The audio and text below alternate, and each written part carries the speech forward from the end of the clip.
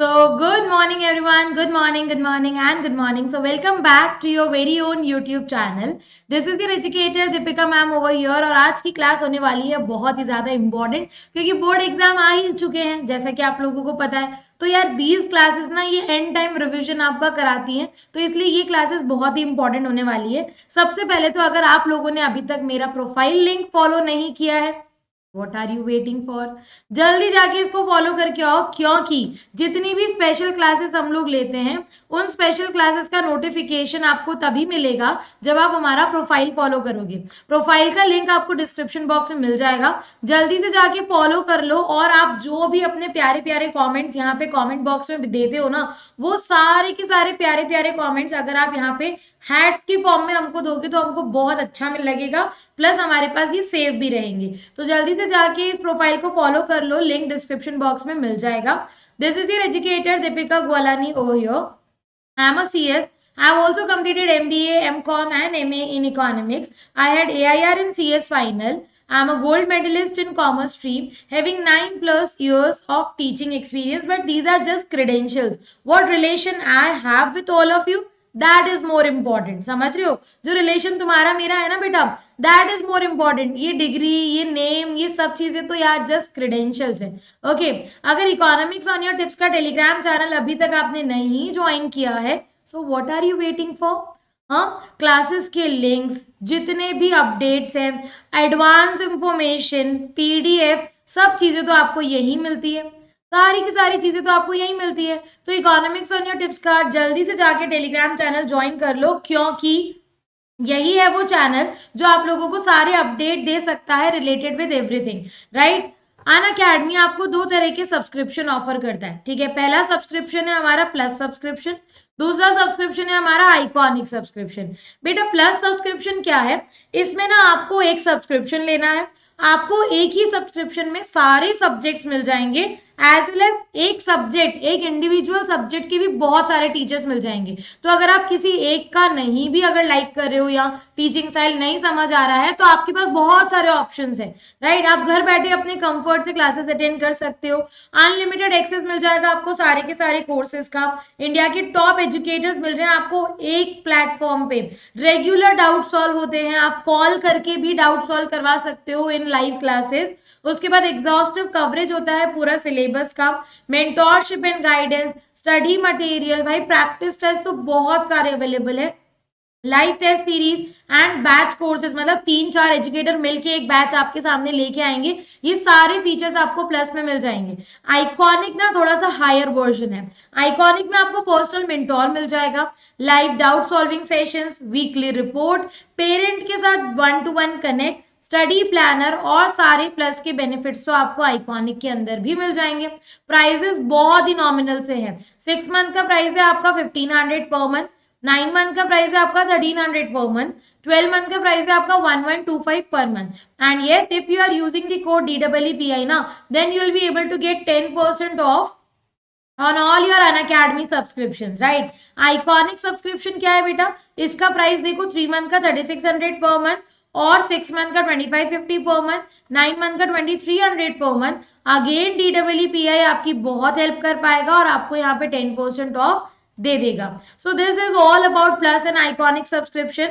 अभी आपको एक बहुत अच्छा ऑफर मिल रहा है प्लस सब्सक्राइबर के लिए, वो क्या है कि 12 मंथ का सब्सक्रिप्शन अगर आप लेते हो तो 6 मंथ आपको बिल्कुल फ्री मिल जाएंगे, समझ रहे हो। 12 मंथ का सब्सक्रिप्शन ले रहे हो तो 6 मंथ बिल्कुल फ्री और 10% ऑफ तो मिल ही रहा है, 10% ऑफ तो मिल ही रहा है ना।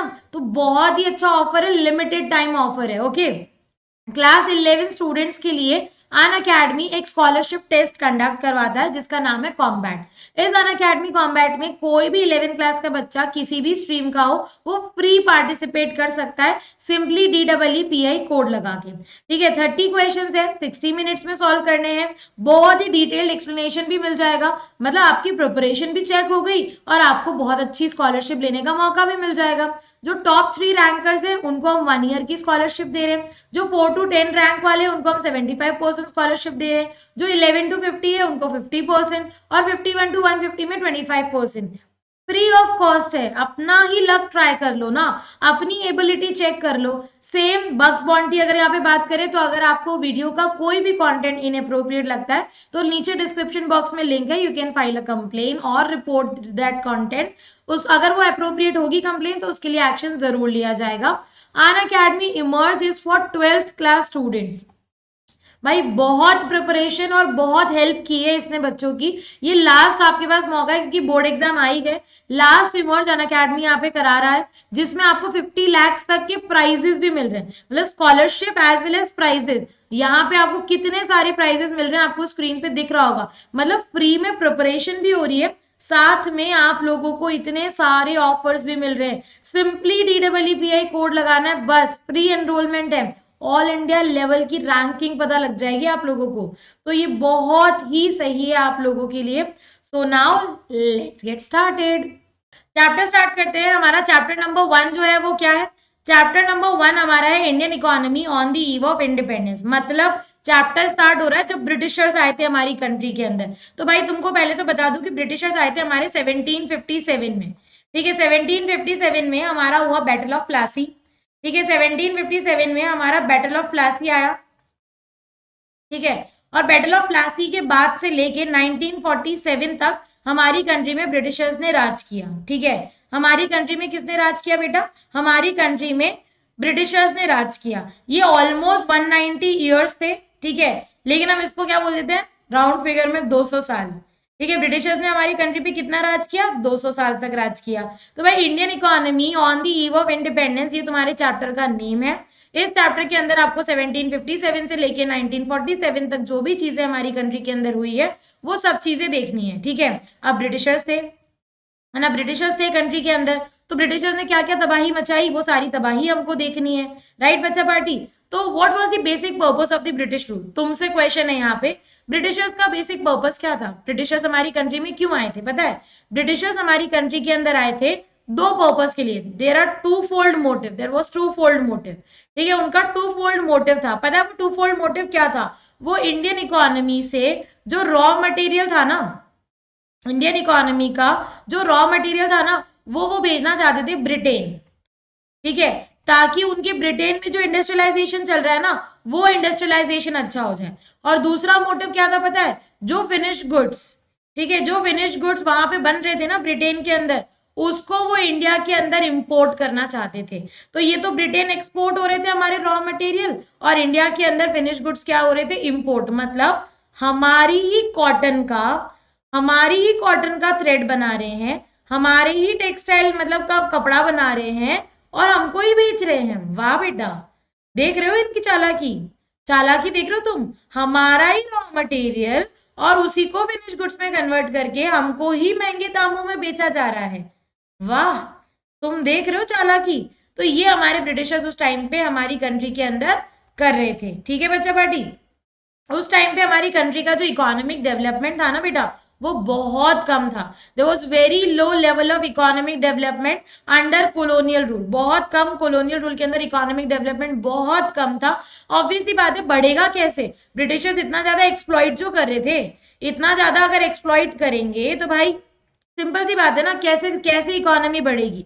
पहले की अगर बात की जाए, पहले मतलब ब्रिटिशर्स के पहले, before the advent of British rule, before British rule की अगर हम बात की जाए तो हमारी इकोनॉमी जो थी ना वो प्रॉस्परस इकोनॉमी थी। मतलब हमारे पास सब था, सब। ठीक है, हमारी इकोनॉमी एग्रीगेरियन इकोनॉमी थी। You know what is the meaning of agrarian? Agrarian का मतलब होता है एग्रीकल्चरल इकोनॉमी। ठीक है, एग्रीकल्चरल इकोनॉमी मतलब हमारा जो मेजर फोकस था ना वो एग्रीकल्चर पे था। राइट बच्चा पार्टी? और लास्ट है, हमारी हैंडीक्राफ्ट इंडस्ट्रीज वर्ल्ड रेप्यूटेशन रखती थी। समझ रहे हो वर्ल्ड रेप्यूटेशन का मतलब? हम पूरी दुनिया में फेमस थे हमारे हैंडीक्राफ्ट आइटम की वजह से। हम आत्मनिर्भर थे बेटा, सेल्फ रिलायंट थे। राइट, ये बिफोर ब्रिटिश रूल थी। अब ब्रिटिशर्स आ गए, ब्रिटिशर्स आ गए, तबाही मचाई। ठीक है, अब आ गए ब्रिटिशर्स, उन्होंने क्या किया बेटा? तबाही मचा दी। राइट, चलो देखते हैं आगे, देखते हैं इसके बाद क्या बेटा? रीजंस देखो यहाँ पे, व्हाट आर दी रीजंस। ठीक है, व्हाट आर दी रीजंस, इसके पीछे क्या कारण थे? ठीक है, बैटल ऑफ प्लासी हुआ, कब हुआ? बैटल ऑफ प्लासी हुआ हमारा 1757। ईयर लर्न कर लो, 1 मार्क का क्वेश्चन बनेगा। ठीक है, 1 मार्क का क्वेश्चन बनेगा। इंडिया बिफोर ब्रिटिशर्स तो इंडिपेंडेंट थी, ठीक है, India had an independent economy before the arrival of the British rule, right. Agriculture was the main source of livelihood for most of the people. Handicraft के लिए world famous थे, लेकिन Britishers ने बंद करा दी। कंट्री की भाई ये पॉइंट लर्न करना है, ठीक है, ये पॉइंट लर्न करना है। मैं तुमको बताती हूँ कि कैसे लर्न होगा। ब्रिटिश रूल के टाइम पे हमारा एग्रीगेट रियल आउटपुट था 2%। एग्रीगेट रियल आउटपुट 2%, मतलब तुम मानो ग्रो कितने से कर रहे हैं। वैसे तो एक बात तो किसी को पड़ी नहीं थी कि हमारी कंट्री की आउटपुट और नेशनल इनकम मेजर करे, फिर भी कुछ इकोनॉमिस्ट थे, मैं नाम बताती हूँ। दादा भाई नारोजी ने सबसे पहले मेजर किया था, Dadabhai Naoroji, VKRV Rao, Findlay Shirras, William Digby, ये कुछ नाम है जिन्होंने मेजर किया था। ठीक है बेटा, इन्होंने मेजर किया था, लेकिन अगर मैं आगे की बात करूं, ठीक है, इन्होंने मेजर तो किया था, लेकिन जिसका मेजरमेंट सबसे ज्यादा रिलायबल माना गया वो कौन थे? वो थे हमारे VKRV राव, है ना। जिनका मेजरमेंट सबसे ज्यादा रिलायबल माना गया वो कौन थे? वो थे हमारे VKRV राव, है ना। उन्होंने बोला कि हमारी जो आउटपुट बढ़ रहा है ना बेटा, वो 2% से बढ़ रहा है, और हमारा जो पर कैपिटा आउटपुट बढ़ रहा है ना, वो 0.5, मतलब तुम मानो 0.5% यार, 0.5% और 2% से हमारा यहाँ पे कंफ्यूजन होता है, ये ध्यान रखना। per capita output is 0.5 and real output is 2%. It was less than 2%. पूरा 2% भी नहीं था, it was less than 2%. Okay. Next है Indian economy on the eve of independence. बच्चा हमको ना 5 सेक्टर पढ़ने। पहला है एग्रीकल्चर सेक्टर, दूसरा है इंडस्ट्रियल सेक्टर, तीसरा हमारे पास है फॉरेन ट्रेड, फोर्थ हमारे पास इंफ्रास्ट्रक्चर, फिर हमारे पास ऑक्यूपेशनल स्ट्रक्चर, और लास्ट हमारे पास है डेमोग्राफिक कंडीशन। मतलब हमको ब्रिटिशर्स ने जो तबाही मचाई थी ना, वो इन 6 सेक्टर्स के अंदर डिवाइड करके पढ़नी है। पहले एग्रीकल्चर सेक्टर में क्या प्रॉब्लम्स थी, फिर इंडस्ट्रियल सेक्टर, फिर फॉरेन ट्रेड, फिर इंफ्रास्ट्रक्चर, ऑक्यूपेशनल एंड डेमोग्राफिक। इन सारे के सारे सेक्टर्स में क्या क्या प्रॉब्लम्स चल रही थी, क्या क्या ब्रिटिशर्स ने तबाही मचाई थी, ये सारी चीजें हम लोगों को किस में पढ़नी है बेटा? ये सारी चीजें हमको Indian economy on the eve of independence के इन 6 सेक्टर्स के अंदर पढ़नी है। समझ रहे हो? आगे के बाद समझ में। यहां देखो, अब हमारे पास है एग्रीकल्चर सेक्टर। अब बेटा एग्रीकल्चर जो सेक्टर था ना, नहीं बेटा RC देसाई पे नहीं लिखा है, VKRV राव पे ही लिखा है। एक बार चेक कर ले दिव्या, VKRV राव का ही सिग्निफिकेंट है, ठीक है। चलो अब सबसे पहले हम स्टार्ट करते हैं हमारा एग्रीकल्चर सेक्टर। भाई ब्रिटिशर्स के टाइम पे agriculture system was very very pathetic, ठीक है, बहुत ही ज्यादा बुरा हाल कर दिया था। एक तो हमारी कंट्री की ना मेजर पॉपुलेशन एग्रीकल्चर पे डिपेंडेंट थी, ऊपर से ब्रिटिशर्स ने हमारी कंट्री में जो राज कर रखा था ना, एग्रीकल्चर को बहुत प्रॉब्लम क्रिएट करी उन्होंने। हमारी कंट्री की 85% पॉपुलेशन कहाँ रहती थी पता है? विलेजेस में, ठीक है। कंट्री की 85% पॉपुलेशन विलेजेस में रह रही है। अप्रोक्सीमेटली 75% पॉपुलेशन कहाँ डिपेंडेंट है? एग्रीकल्चर पे डिपेंडेंट है, ठीक है। तो 85% तो विलेजेस में रह रही थी, डायरेक्टली इनडायरेक्टली एग्रीकल्चर पे डिपेंडेंट थी। अप्रोक्स 72 to 75% जो थी वो एग्रीकल्चर पे डायरेक्टली डिपेंडेंट थी। इतना सब कुछ हो रहा था ना कि मतलब ब्रिटिशर्स ने तो बहुत ही प्रॉब्लम क्रिएट करी थी, राइट। यहाँ पे देखो क्या क्या प्रॉब्लम थी। पहली प्रॉब्लम लैंड सेटलमेंट सिस्टम, जिसको तुम लोग जमींदारी सिस्टम भी बोलते हो, जिसको हम लोग क्या बोलते हैं बच्चा पार्टी? जमींदारी सिस्टम भी बोलते हैं। You know what is zamindari system? देखो पहले मैं तुमको ना कॉलोनियल रूल का मतलब समझाती हूँ। रुको एक स्लाइड लेते हैं हम लोग, यहाँ ले लेते हैं, ठीक है। पहले मैं तुमको ना कॉलोनियल रूल का मतलब समझाती हूँ कि कॉलोनियल रूल का मतलब क्या होता है। बेटा देखो, कॉलोनियल रूल का मतलब क्या होता है कि एक कंट्री जब दूसरी कंट्री के ऊपर इकोनॉमिकली, पॉलिटिकली, सोशली हर तरह से कंट्रोल करती है, तो उसको कॉलोनियल रूल बोला जाता है।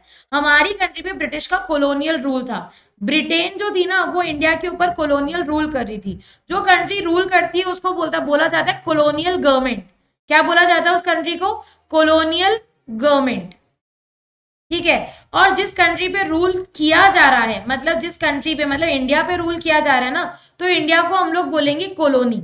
इंडिया को क्या बोलेंगे? कॉलोनी। अब इंडिया का जो भी लैंड है वो ओनरशिप किसकी मानी जाएगी? ब्रिटेन की, क्योंकि इकोनॉमिकली, पॉलिटिकली, लीगली, सोशली सब तरह से कंट्रोल कर रहे हैं ना, तो Britain was considered as the owner, owner मान लिया गया। तो जो भी लैंड हमारे पास था वो किसका मान लिया गया बेटा? ब्रिटेन का मान लिया गया, ठीक है। जितना भी लैंड था वो ब्रिटेन का था। अब हमारा बेचारा फार्मर, उसको खेती तो करनी है ना, हमारे बेचारे फार्मर को खेती तो करनी है। अब जमींदार ने क्या बोला, देखो ब्रिटिशर्स ने, ठीक है, ब्रिटिशर्स के पास हमारी कंट्री का सारा लैंड था, ठीक है, ब्रिटिशर्स ने बीच में रखे जमींदार, ठीक है, बीच ब्रिटिशर्स ने क्या रखे, बीच में जमींदार रखे, जमींदार के नीचे हमारे थे बेचारे फार्मर्स, ठीक है।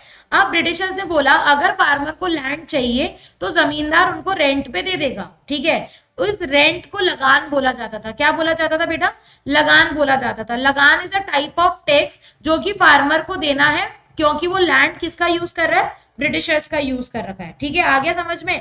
अब यहाँ पे एक सिंपल सा लॉजिक और है, जमींदार को ब्रिटिशर्स ने बोला 20% लगान, सपोज ना 20% लगान लेना है, जमींदार फार्मर से चार्ज करता है 25%, 5% खुद का कमीशन लेके बैठे हैं।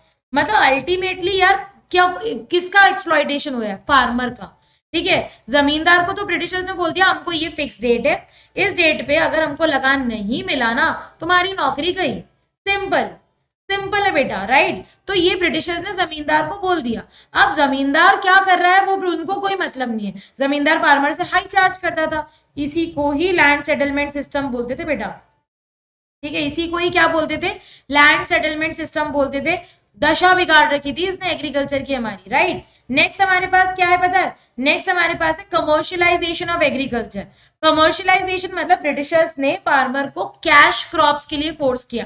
कैश क्रॉप्स पता है क्या होती है, कैश क्रॉप जिसकी मार्केट वैल्यू अच्छी हो, जिसको मार्केट में सेल किया जा सके, कॉटन, इंडिगो भाई मार्केट में बिकेगी अच्छी रेट्स में। तो ब्रिटिशर्स ने फार्मर को लालच दिया, फोर्स किया कि तुम कैश क्रॉप्स ग्रो करो instead of food crops. Productivity हमारी वैसे कम थी क्योंकि देखो ना कुछ इन्वेस्टमेंट ब्रिटिशर्स कर रही थी, ना कुछ भी, कोई भी कुछ भी तो नहीं कर रहा था यार, ब्रिटिशर्स हमारा कोई भी इन्वेस्टमेंट नहीं कर रही थी, प्रोडक्टिविटी हमारी बहुत कम थी, समझ रहे हो, ब्रिटिशर्स कोई इन्वेस्टमेंट नहीं कर रहे थे, प्रोडक्टिविटी बहुत ज्यादा कम थी हमारी कंट्री की, क्योंकि देखो हमारे पास ना फर्टिलाइजर्स है, ना पेस्टिसाइड्स है, ना कोई कुछ कर रहा है, भाई कुछ भी तो नहीं है, तो प्रोडक्टिविटी वैसे ही कम हो गई। उसके बाद स्कैर्सिटी ऑफ इन्वेस्टमेंट, भाई इन्वेस्टमेंट कहाँ से आएगा, गवर्नमेंट तो कर नहीं रही, फार्मर के पास है नहीं, तो इन्वेस्टमेंट हो ही नहीं रहा था कंट्री के अंदर। So this was agriculture structure, ठीक है, आगे समझ में। नेक्स्ट हमारे पास है industrial sector, right. Industrial sector क्या है बेटा, ऑब्वियस सी बात है एग्रीकल्चर हो गया, अब इंडस्ट्रियल की भी बात करेंगे ना। इंडस्ट्री तो ब्रिटिशर्स चाहते ही नहीं थे कि इंडिया में डेवलप हो, समझ रहे हो। इंडस्ट्रीज के लिए तो भाई उनका टारगेट था कि ब्रिटेन में जो इंडस्ट्रियलाइजेशन हो रहा है ना उसको आगे बढ़ाना है, वो चाहते ही नहीं थे कि इंडिया में इंडस्ट्रीज डेवलप हो, राइट। तो उन्होंने क्या किया पता है, उन्होंने सारी हैंडीक्राफ्ट इंडस्ट्री बंद करा ली। रीजन बताऊं, रीजन बताओ इसके पीछे का, देखो ना रहेंगी हैंडीक्राफ्ट इंडस्ट्री, ठीक है, ना रहेंगे हैंडीक्राफ्ट इंडस्ट्री, ना रहेंगे गुड्स, ठीक है, तो लोग अल्टीमेटली कहां से खरीदेंगे यार, ब्रिटेन से जो आ रहा है वहीं से ही खरीदेंगे ना, अल्टीमेटली ब्रिटेन से जो आएगा वहीं से खरीदेंगे ना। उन्होंने सारी हैंडीक्राफ्ट इंडस्ट्री बंद करवा दी, राइट। मतलब हमारे पास तो कुछ बचा ही नहीं ना, हमारे पास कुछ बचा ही नहीं, क्योंकि हमारे पास अब कोई फिनिश गुड्स है ही नहीं। छोटी से छोटी चीज भी अगर हमको चाहिए तो हमको अब इंपोर्ट के ऊपर ही डिपेंड रहना पड़ेगा, राइट। इसका एडवर्स इफेक्ट आया बेटा, क्या इफेक्ट आया पता है, एक तो बहुत ज्यादा अनएम्प्लॉयमेंट क्रिएट हो गया, ठीक है, एक तो बहुत ज्यादा अनएम्प्लॉयमेंट क्रिएट हो गया, और दूसरा एग्रीकल्चर पे बर्डन बढ़ गया, ठीक है, एग्रीकल्चर पे क्या हो गया बेटा, बर्डन इंक्रीज हो गया। तो अनएम्प्लॉयमेंट प्लस एग्रीकल्चर बर्डन, ये दोनों एडवर्स इफेक्ट हमारे पास आए हैं किसके, हैंडीक्राफ्ट इंडस्ट्रीज के बंद होने के, ठीक है बेटा। आगे के बाद समझ में, राइट। फिर है capital goods industries, you know what is capital goods industry, capital goods industry का मतलब वो इंडस्ट्रीज जो कि मशीन्स बनाती है, ऐसी इंडस्ट्रीज जो कि मशीन्स बनाती है, और ये मशीन्स फिर आगे और इंडस्ट्रीज में यूज होती है। नॉर्मल हैंडीक्राफ्ट तो बंद करा दी, कैपिटल गुड्स कहाँ ही रहने दे रहे थे वो हमारी कंट्री में, वो तो बिल्कुल ही नहीं रहने देते थे ना बेटा, तो कैपिटल गुड्स भी वो नहीं रहने दे रहे थे, तो there were no capital goods industry. और पब्लिक सेक्टर कौन था उस टाइम पे, पब्लिक सेक्टर मतलब गवर्नमेंट, गवर्नमेंट कौन थी, ब्रिटिशर्स, ब्रिटिशर्स कुछ डेवलपमेंट कर रहे थे, no, so there was no role of public sector, public sector तो चाहता ही नहीं था ना, पब्लिक सेक्टर तो चाहता ही नहीं था कि हमारी कंट्री में इंडस्ट्रियलाइजेशन हो, राइट। तो ये तुम्हारा इंडस्ट्रियल सेक्टर हो गया। अगर कोई इंडस्ट्री थी जो ब्रिटिशर्स के टाइम पे आई थी और जिसका क्वेश्चन 1 मार्क का बनता है तो उसका नाम है टिस्को। टिस्को आई थी 1907 के अंदर, ठीक है। कुछ सेकेंड वर्ल्ड वॉर के बाद भी आई थी। सेकेंड वर्ल्ड वॉर के बाद भी हमारी कुछ कंट्रीज थी, कंपनीज थी, शुगर, पेपर, सीमेंट, ये थोड़ी मॉडर्न कंपनीज हमारी कंट्री के अंदर आई थी, इंडस्ट्रीज आई थी। लेकिन टिस्को पहले से थी। टिस्को की फुल फॉर्म है Tata iron and steel company. 1907 में जमशेदपुर बिहार में बनी थी, ठीक है। बेटा एक एग्रीकल्चर से रिलेटेड पॉइंट मेरा रह गया बताना। पता है एग्रीकल्चर सेक्टर ना जब ब्रिटिशर्स चले गए ना, हमारा मेजर जूट प्रोड्यूसिंग एरिया जो था ना वो पाकिस्तान के पास चला गया, ठीक है। मेजर जूट प्रोड्यूसिंग एरिया जहां पे हमारा जूट का सबसे ज्यादा खेती होता था, मोस्ट इरिगेटेड लैंड ना, वो चला गया पाकिस्तान के पास पार्टीशन के टाइम पे। हम उसमें भी लॉस में गए, ठीक है, हम उसमें भी लॉस में गए बेटा, राइट। तो मॉडर्न इंडस्ट्रीज की बात हमने यहाँ पे देख ली, कर ली, ठीक है। अब बात करते हैं हम लोग फॉरेन ट्रेड की। अगर मैं बात करूं कि फॉरेन ट्रेड की क्या कंडीशन थी ब्रिटिशर्स के टाइम पे, तो फॉरेन ट्रेड की देख लो कंडीशंस क्या थी। सबसे पहला, एक्सपोर्टर ऑफ प्राइमरी गुड्स, ठीक है। फॉरेन ट्रेड मतलब फॉरेन के साथ डीलिंग। ब्रिटिशर्स क्या कर रहे थे पता है, एक्सपोर्ट कर रहे थे। किसको कर रहे थे एक्सपोर्ट? प्राइमरी गुड्स को एक्सपोर्ट कर रहे थे, ठीक है। We were exporting primary goods, मतलब रॉ मटेरियल जो था वो इंडिया से क्या जा रहा था, ब्रिटेन जा रहा था, ठीक है। और उसके अलावा हम क्या कर रहे थे बेटा, हम इंपोर्टर बन चुके थे फिनिश गुड्स के, ब्रिटेन से फिनिश गुड्स इंडिया आ रहा था, राइट। मोनोपोली थी ब्रिटिश रूल की, भाई जो ब्रिटिशर्स बोलेंगे वैसा ही करना है। उन्होंने बोला इस कंट्री के साथ डील नहीं करना, नहीं करेंगे। उन्होंने बोला हमको बेचना है, हमको तुमको बेच देंगे। मतलब मोर देन 50% तो ब्रिटिशर्स ही कर रहे थे ब्रिटेन के साथ, बाकी का 50% इराक, पर्सिया वगैरह के साथ करते थे, वो भी विद दी प्रायर परमिशन। उनकी परमिशन होगी तो ही करेंगे, अदरवाइज वो भी नहीं हो रहा था, राइट। नेक्स्ट हमारे पास क्या है, drain of Indian wealth during British rule. भाई इंडिया की वेल्थ तो थी, देखो हम ना प्राइमरी गुड्स ज्यादा भेज रहे थे, मतलब हमारा एक्सपोर्ट ज्यादा था एज कंपेयर टू इंपोर्ट। हमारा एक्सपोर्ट ज्यादा था एज कंपेयर टू इंपोर्ट, और अगर एक्सपोर्ट हमारा ज्यादा था एज कंपेयर टू इंपोर्ट, इसका मतलब हमारे पास तो सरप्लस था। हमारे पास तो सरप्लस था ना बेटा, वी वर हैविंग सरप्लस। ये सरप्लस ब्रिटिशर से बर्दाश्त नहीं हो रहा था, तो ये जो वेल्थ थी ना हमारी, इस वेल्थ को वो कर रहे थे ड्रेन। कैसे ड्रेन कर रहे थे बेटा, देखना समझना। देखो सबसे पहला काम वो क्या करते थे पता है, ऑफिस सेटअप कर लेते थे। भाई अच्छे आलीशान महल जैसे ऑफिसेस बनाए ब्रिटिशर्स ने अपने। उसके बाद वॉर एक्सपेंसेस, भाई वॉर एक्सपेंसेस में लगा दिया पैसा। और अगर पैसा बच गया तो इनविजिबल आइटम तो दिखते नहीं थे ना, मतलब सर्विसेज तो दिखेंगे नहीं ना, तो बोल देते थे कि हमने इनविजिबल आइटम्स को इंपोर्ट कर दिया, हो गया पैसा बर्बाद, ठीक है, हो गया पैसा बर्बाद। आ गया बात समझ में सब लोगों को? तो ये हमारा हो गया एक्सपेंसेस ऑन वॉर, ठीक है। तो इंडिया की वेल्थ कहाँ ड्रेन हो रही थी, इन 3 जगह पे इंडिया की वेल्थ जो थी वो हमारी ड्रेन हो रही थी। पहला ऑफिस सेटअप में, दूसरा एक्सपेंसेस ऑन वॉर, तीसरा इनविजिबल आइटम्स में। I hope it is clear to everybody, ठीक है। I hope it is clear to everybody, ठीक है। अच्छा एक और चीज बताती तुमको, पता है स्विस कैनाल था, स्विस कैनाल कब आया किसी को पता है? स्विस कैनाल कब आया किसी को पता है डेट? स्विस कैनाल की डेट किसी को पता है क्या? पता होगी, सबको पता होगी, अभी तक नहीं पता है तो लर्न कर लेनी चाहिए। बेटा स्विस कैनाल हमारी कंट्री के अंदर जब आया ना 1869 में आया, ठीक है। इसके बाद हमारी बर्बादी की स्पीड बढ़ गई। इस स्विस कैनाल ने ना ब्रिटिशर्स को बहुत फायदे में रखा है।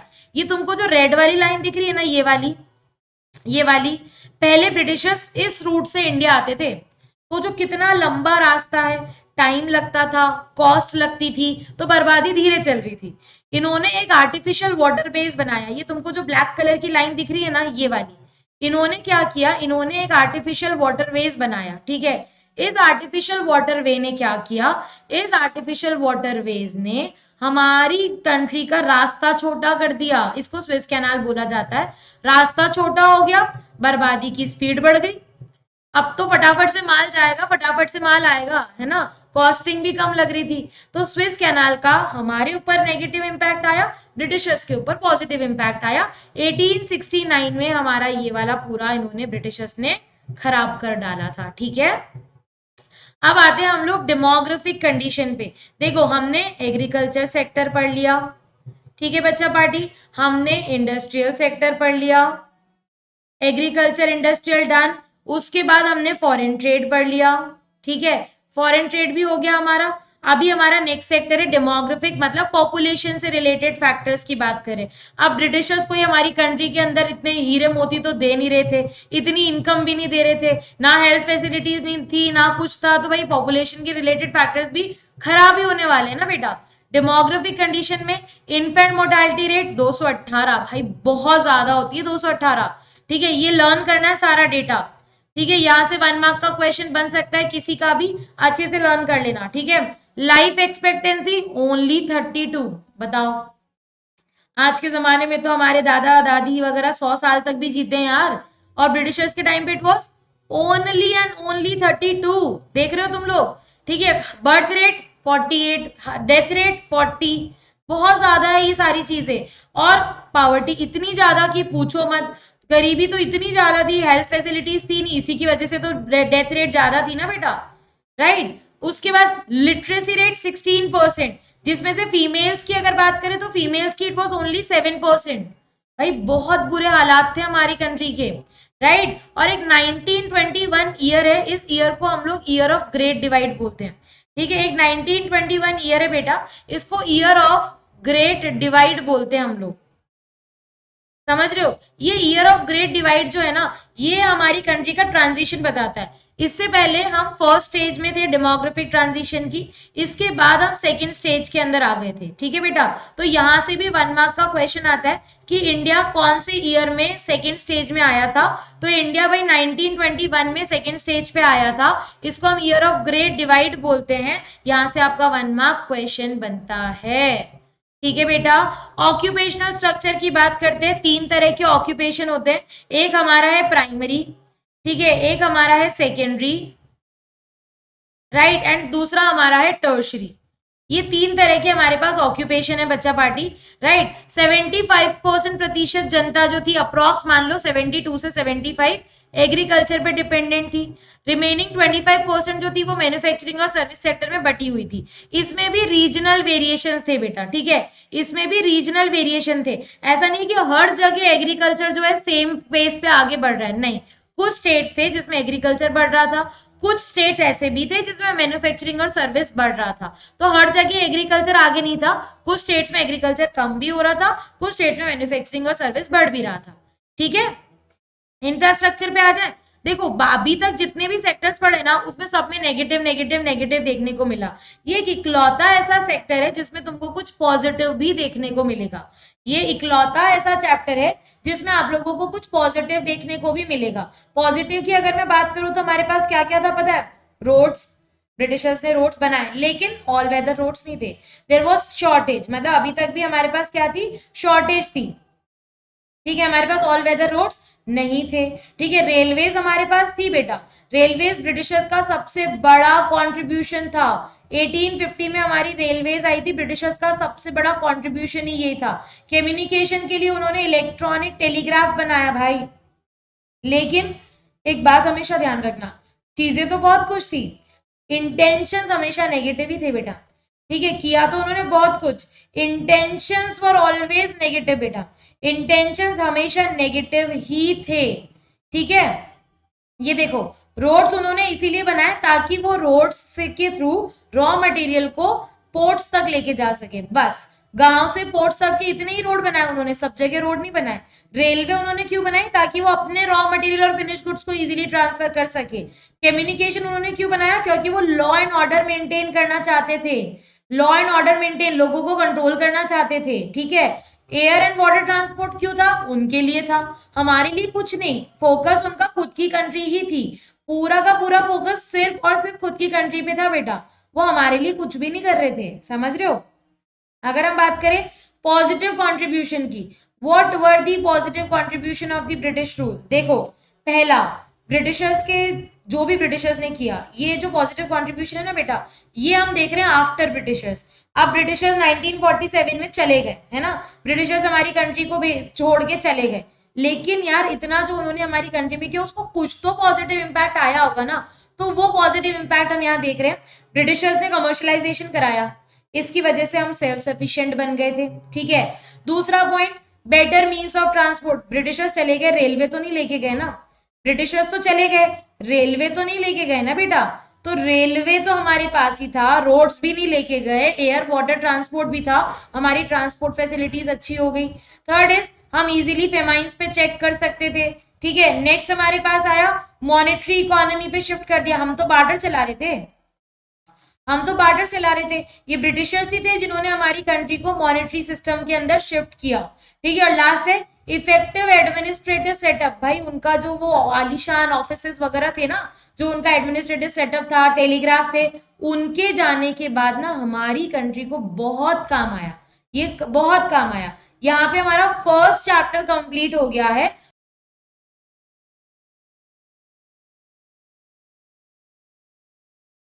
Okay, so Unacademy is offering you a double dhamaka week offer. इसमें आपको पता है अन अकेडमी का एक ऐप में एक फीचर आता है, आस्क अ डाउट फीचर। अगर आप उस आस्क अ डाउट फीचर पे जाके एक डाउट पूछते हो ना, तो आपको लकी ड्रॉ में से एक सरप्राइज बॉक्स जीतने का मौका मिल सकता है। और वही आप 10 डाउट्स अगर पूछ लेते हो ना, तो आपको 15 डेज का प्लस सब्सक्रिप्शन बिल्कुल फ्री मिल जाता है। तो this is very good offer. भाई प्लस सब्सक्रिप्शन जो पेड होता है ना, वो फ्री में मिल रहा है और डबल बेनिफिट है, डाउट्स भी सॉल्व हो रहे हैं, सब्सक्रिप्शन भी मिल रहा है। सिंपल है। कैसे डाउट पूछोगे पता है? अन अकेडमी लर्निंग ऐप ओपन करो, आस्क डाउट फीचर पे जाओ, वहां पे जाके आस्क डाउट फीचर पे जाके अपने डाउट का फोटो क्लिक करके अपलोड कर दो। अपलोड क्रॉप वगैरह करना हो तो क्रॉप कर लेना, और वहां पे सब्जेक्ट चूज कर लेना। आपको वीडियो की फॉर्म में आंसर मिल जाएगा, बिल्कुल क्लैरिटी के साथ, वो भी टॉप एजुकेटर्स आंसर देंगे। तो DEEPI कोड यूज करो और अपने सारे डाउट्स पूछ लो। लिंक डिस्क्रिप्शन बॉक्स में है। ओके, क्लास 11th के टर्म 2 आ गए भाई, अब तो उनके तो टर्म 1 हो गए ना। तो क्लास 11th के टर्म 1 के batches we are going to start very soon. So अभी तक अगर आपके जूनियर्स ने सब्सक्रिप्शन नहीं लिया तो उनको बोल दो कि जल्दी से सब्सक्रिप्शन सिक्योर कर ले। DEEPI कोड लगाएंगे, 10% ऑफ मिल जाएगा। साथ में मेरा साथ तो है ही यार।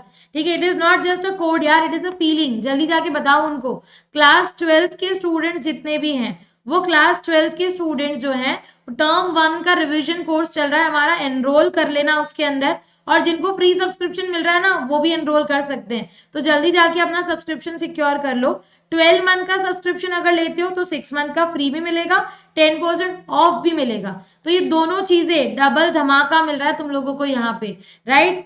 Free special classes are really very special. एक तो ये फ्री है, इसीलिए इसका नाम स्पेशल क्लासेस है। ठीक है, सिंपली आपको एक लिंक देते हैं हम लोग, जो भी एजुकेटर को आप फॉलो कर रहे हो ना, वो जब भी कोई क्लास शेड्यूल करेगा या स्टार्ट करेगा तो आपके पास नोटिफिकेशन आ जाएगा। ठीक है, हम यहाँ पे आपको क्या दे रहे हैं? हम यहाँ पे आप लोगों को एक मौका दे रहे हैं कि आप हमसे क्या कर सकते हो, रियल टाइम इंटरेक्शन कर सकते हो। अपने डाउट्स का फोटो क्लिक करके चलती क्लास में भेज सकते हो, आस्क अ डाउट फीचर में। पोल क्वेश्चंस जो हम लोग क्रिएट करते हैं उसके आंसर्स आप दे सकते हो, और अगर आपकी रैंकिंग आए तो लीडर बोर्ड पे भी अपने आप को देख सकते हो। तो ये सारी चीजें भाई, फोटो वोटो भी आती है यहाँ पे, तो जो भी आपकी डीपी होती है ना, वो भी दिख जाती है। तो भाई बहुत ही अच्छी चीजें हैं, फ्री है, basic is free, right? So this is your educator signing off from here. I hope this class was useful for all of you. Thank you everyone. Have a nice day. Don't forget to subscribe the channel, hit the bell icon and like share करना तो बिल्कुल भी मत भूलना. Till then, stay tuned. Bye bye.